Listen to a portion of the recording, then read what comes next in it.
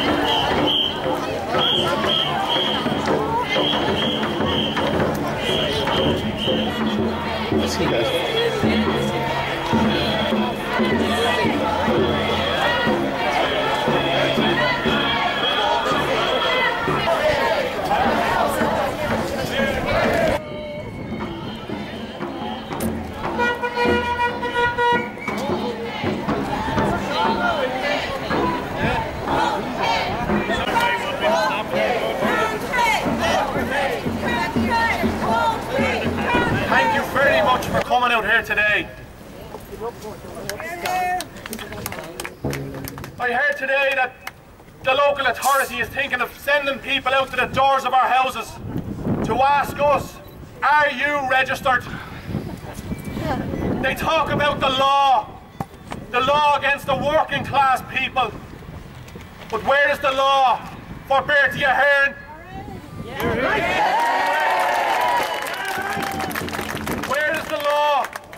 When a tribunal was carried out on the local authority of Dublin, where it found Fianna Fáil, Fine Gael and a Labour councillor taking bribes from builders.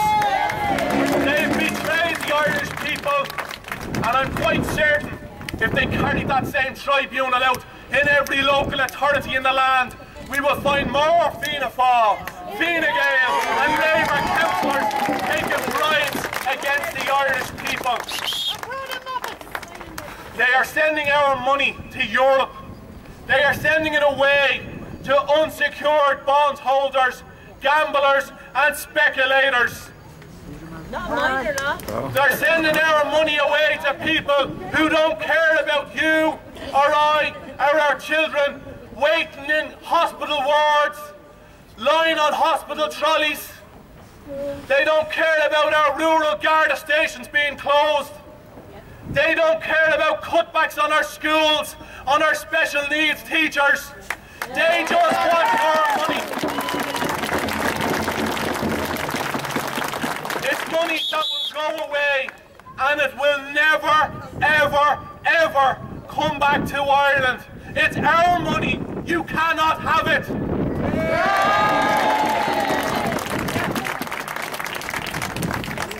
I spoke in an interview this morning. It was by surprise. It was an interview from the BBC, who are more interested in the people of Ireland at the moment than some of the other media broadcasters from our own TV.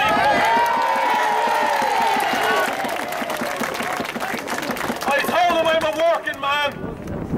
I'm a fireman in Dublin. I drive up and down from Wexford.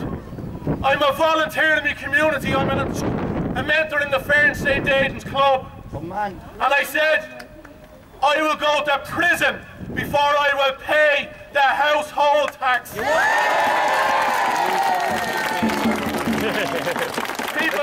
Wexford. Really? Yeah. We often hear the saying, what would our patriots say about us now? But it's quite obvious, the sons and the daughters of Roisin will be proud of every man, woman and child who's making a stand here today against an unfair and an unjust tax on the Irish people. So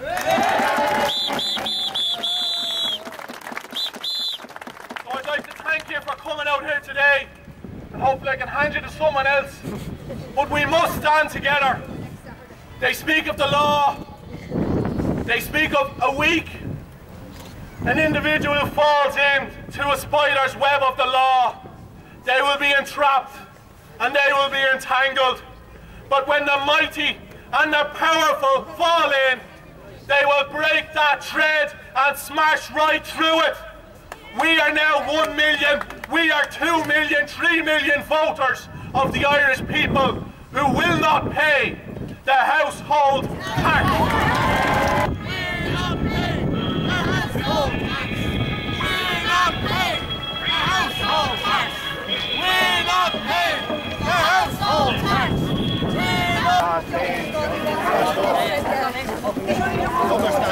Who's this?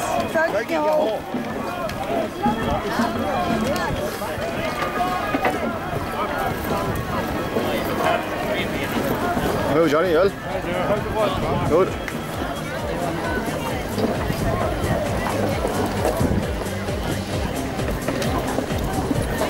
No way. Never read it.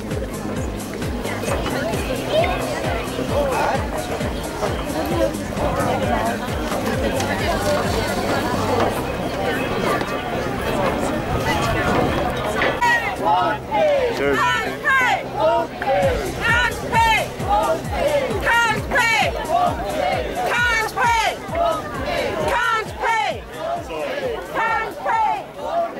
I've sent a memo around to everybody and asked them to come in next Saturday, the 31st, to collect the household tax, and he will pay them double time. So what is the use of paying a household tax?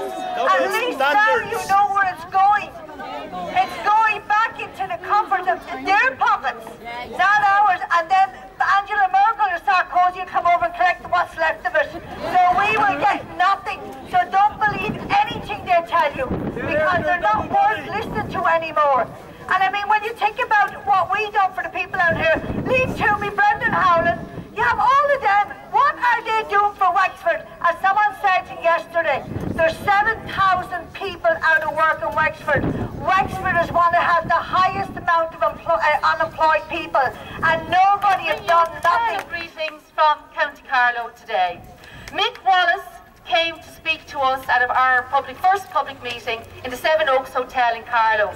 And Mick said to us, we had about 450 people at it, which apparently Carlow has never seen anything like that before.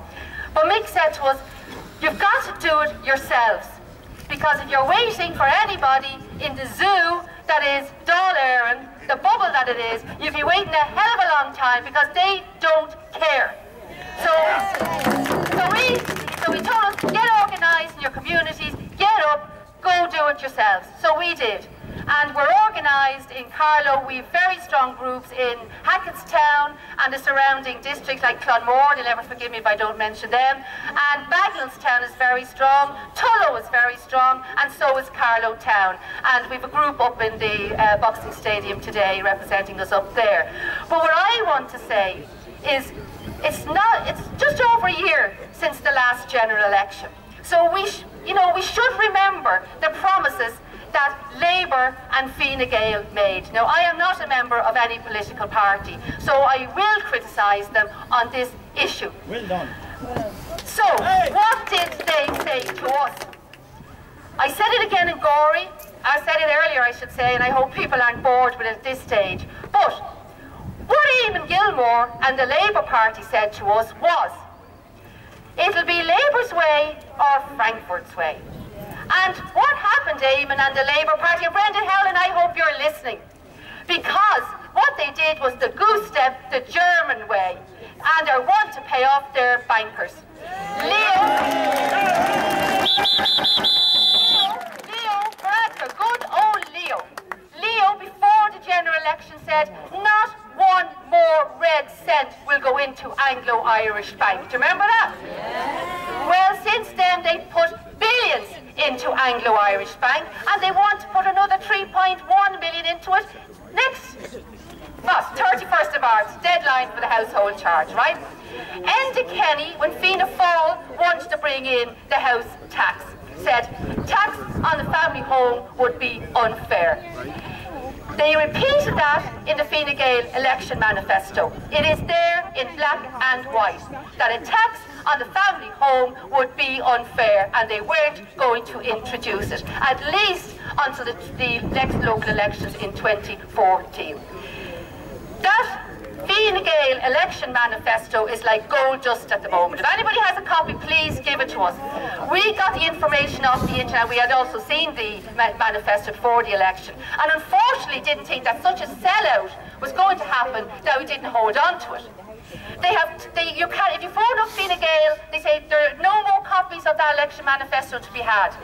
They have now taken it off their website. But we in Carlow have been held, we've had protests outside these constituency offices, clinics of these TDs. We have gone to Fine Gael TDs and we have shown them, we have quoted them from that election manifesto. And they have the nerve to look at us as if we're sort of aegis, like what are we talking about? And we show it to them. No, not in our election manifesto, no, wasn't there. We said, yes, it was, and you have lied to the Irish people. That's what you've done. €150 rent on it before they even pay for the water. I don't know whether people realise that or not. And another thing, we went up to the county council offices in New Ross, and we protested up there. And the following morning on Wexford Radio, on South East Radio, apologise. Michael Sheehan says that we did this and we did that, and we kicked doors down, and he was terrified, he was afraid to come out. That never happened because I was there. More lies! It never happened. And I said every place you go and every place you protest, they have something to say about it. But I tell you something now, Liam Toomey and Brendan Howland and Enda Kenny and the Hulk Hogan better beware, because we're after, we're on the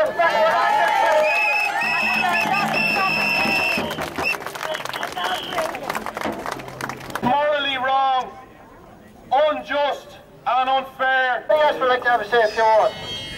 Now it's the public, it's you have the voice, not me. You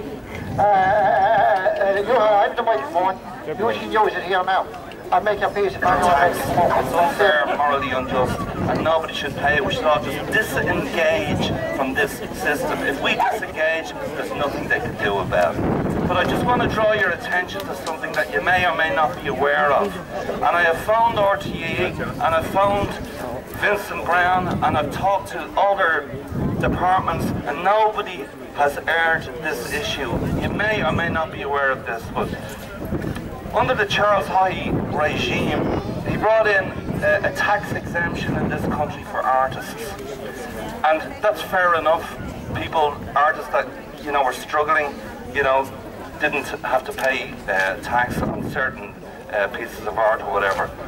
But I was looking recently at the Revenue Commissioner's website page, and they gave a list of artists in this country that are tax exempt.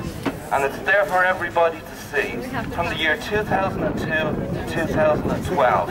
And it's given in alphabetical order. And top of the list, tax-exempt artist, Bertie Ahern.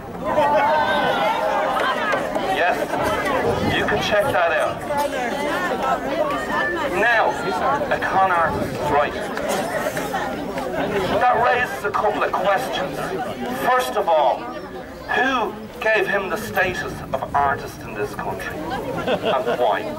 Secondly, who in the Revenue Commissioners decided that he was to be given tax exemption as an artist in this country, when he's creaming taxpayers' money for his own pension? That's not coming out of any pension fund, that's coming out of taxpayers' money in this country, to facilitate him to go around and lord it up with his 24-hour limousine Garda cars and ministerial pensions, etc., etc.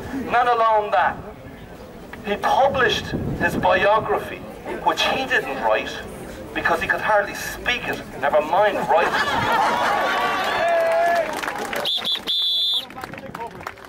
Right? He got a €450,000 advance, publishing advance on that, tax-free. He earned millions on that publication, tax-free. He didn't have to pay a penny. And that's in the last 2 years when this country is on its bloody knees because of him and his regime and all his cohorts that hang out with him, his buddies, you know, that colonised this country and have devastated this country. And we, the working people of this country, have to stand up to this. We just have to. It's about time that everybody comes together.